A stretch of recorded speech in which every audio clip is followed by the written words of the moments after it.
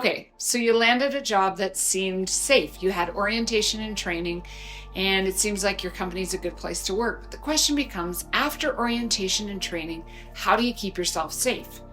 We know that the data shows that the best companies have great communication. They talk to their employees, they encourage their employees, and they encourage their employees to talk back to them. And we also know that reporting injuries or near miss injuries, like injuries that almost happened but didn't, is a safe and ongoing practice that good companies have. This idea of reporting injuries is difficult. We asked people on the street, why is reporting injuries at work so difficult? Let's listen to what they have to say.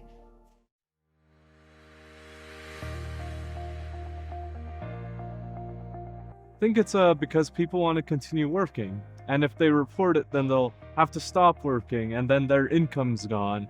And then I think people are afraid of losing that part. I feel like a lot of people are trying to keep the job in a sense. Lots of people don't have a lot of opportunities to go get a job, especially if it's your first time. You don't get the right training. You don't know. You don't have parents that are supporting you to do that, and you need the paycheck, so you're probably not going to report an injury. I'd say they just don't want to deal with the trouble, or there's fear of losing their jobs. Job market is a bit iffy right now, so I guess. I'd say sometimes sometimes you're a little bit afraid to report to your boss if you hurt yourself, or sometimes you just may feel uncomfortable reporting that. I think people are just scared to report it and end up having to miss time and get in trouble, or I don't know, various things. Well, I think there's a lot of reasons, but a big one for sure, specifically with employees not reporting injuries, is the fear of getting fired. I think that a lot of companies aren't really making an effort to make it a safe place to talk about these things, and companies are like, people are just worried about losing their job, losing that income, in order to, have the truth come out. Yeah. Whether it's a boss who discourages somebody from reporting an injury, or a supervisor that doesn't want you to tell about that near miss injury, reporting is really difficult.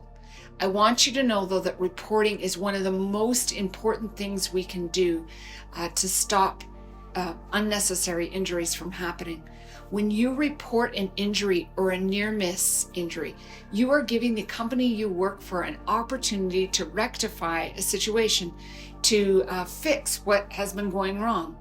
In some cases, reporting might not be about a physical injury, but maybe you're being psychologically bullied, or maybe you're being mistreated by your supervisor or your manager. When you report that, you're actually making it better. You're making Canada a better place to live and work. You're making it easier for your colleagues who work there. Because the thing is, you never know, the near miss you had might be an injury that really hurts somebody or even kills somebody.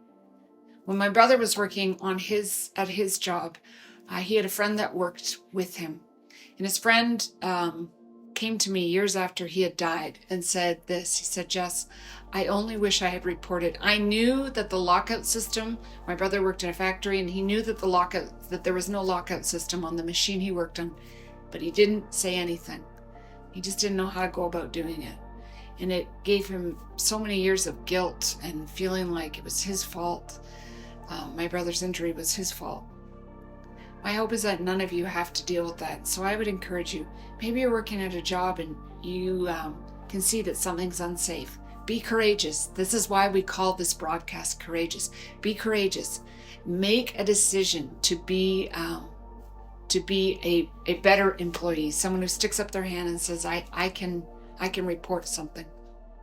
See, when it comes to working, we're not just looking to survive. We're looking to thrive. This means addressing stress, too, in the workplace. Stress can be the feeling of being overwhelmed. We've all been there before, where you just feel overwhelmed or unprepared. Maybe it means that the boss that you're working for is asking you to work at a pace that's unsustainable. Sometimes stress has nothing to do with your job at all, but has to do with your life outside of your work.